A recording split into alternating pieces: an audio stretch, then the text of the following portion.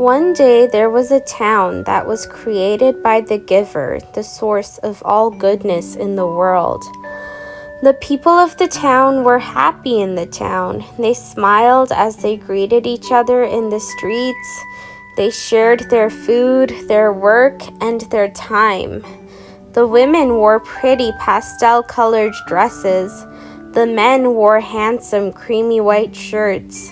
The children all had curly hair. The houses were all painted bright colors. The food was sweet, the air was fresh, and the sun shone brightly. But they knew that all this must soon come to an end.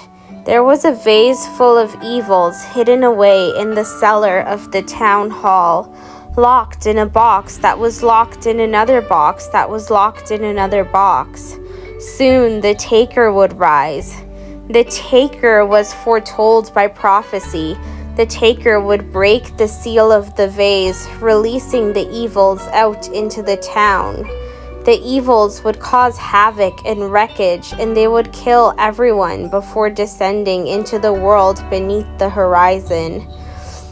The taker would then descend into the world beneath the horizon. There they would rule as the King Father. This was tragic as it was, but it was foretold by prophecy, so thus it would be. One day, a baby was found in a blue box on the train tracks. Everyone knew that this baby was the taker, just as prophecy had foretold.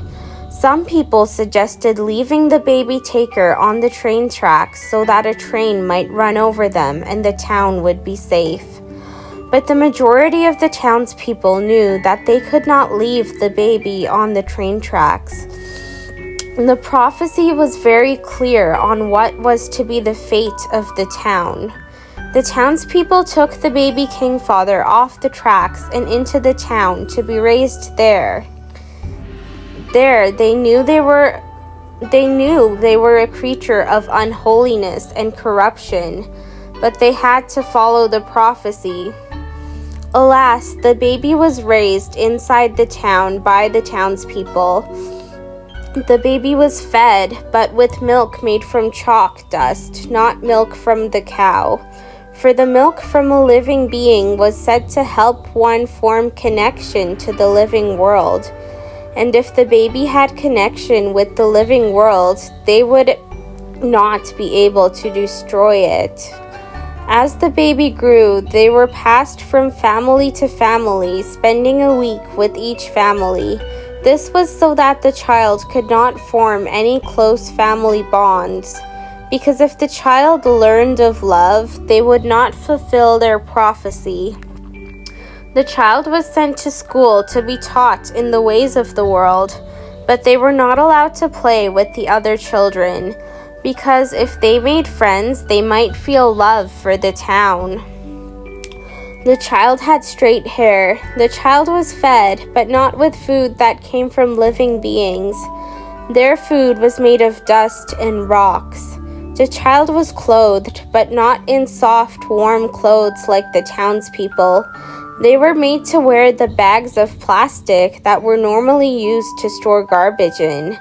The child was given a bed to sleep in, but their blankets were made of plastic sheets, not hand-sewn quilts. When the child's host family would gather around the dinner table and laugh and talk as they shared their meal, the child would have to eat alone, locked in their room. When the town had festivals, the child was not allowed to attend, but rather locked in the cellar of the town hall. The child spent a week straight locked inside the cellar of the town hall each year as the winter solstice was celebrated. It was dark, it was cold, it was small, it was suffocating. The child knew their destiny. The child knew that one day they would be expected to kill the citizens of the town and then descend back into the depths where they had came from. It was something that was always taught to them. It was taught to them that they were a form of destruction. They were meant to be a form of destruction. It was taught to them that they were only capable of cruelty. It was taught to them that they should look forwards to ruling the world beneath the horizon, that it was where creatures like them lived and they would be accepted. And so the child grew. The child knew that they did not have the capacity to love, but they felt grateful that the townspeople loved them enough to care for them and raise them anyways. The child was terrified of ever reaching their 15th birthday, which would be the date where they would be compelled to destroy all creation. The child did not want that day to come. The child did continue growing, and soon they were a teenager. Soon they turned 14, and then the day of their 15th birthday was a mere day away, and then it arrived. The teenager felt a feeling of fear they had never felt before as they were led to the stage at the center of the town hall. On the stage, there was a podium with a vase on it that was covered in thick, waxy cloth. Beside the vase, there was a knife. There was a crowd gathered all around the stage. The whole town had come for the devastating event. There were families with children. There were lovers holding hands. There were friends whispering to each other. The teenager looked out into the crowd and saw it all, saw all the love they knew they could never understand. The mayor of the town was standing beside them. He told them to go on. They looked at the mayor with big, wide eyes, and they shook their head. The mayor was angry. He demanded to know what they meant. They clasped their hands in front of their chest, pleading. Then they waved a hand over the crowd so as to gesture towards all the people. They clasped their hands together again and gestured back towards the crowd. They brought their hands up to form the shape of a heart with their curved fingers and thumbs. The mayor was enraged at the wide-eyed 15-year-old standing before him.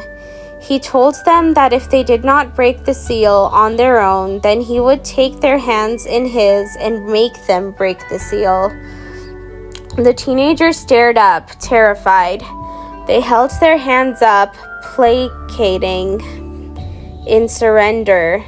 They looked at the mayor, they looked at the crowd, they looked at the knife, and they made a decision. The taker took the knife in their hands. The taker aimed the knife toward the vase, and then, at the last moment, they changed direction and drove the knife instead into their own neck. The crowd gasped as the small body fell upon the rapidly growing pool of blood on the wooden floor.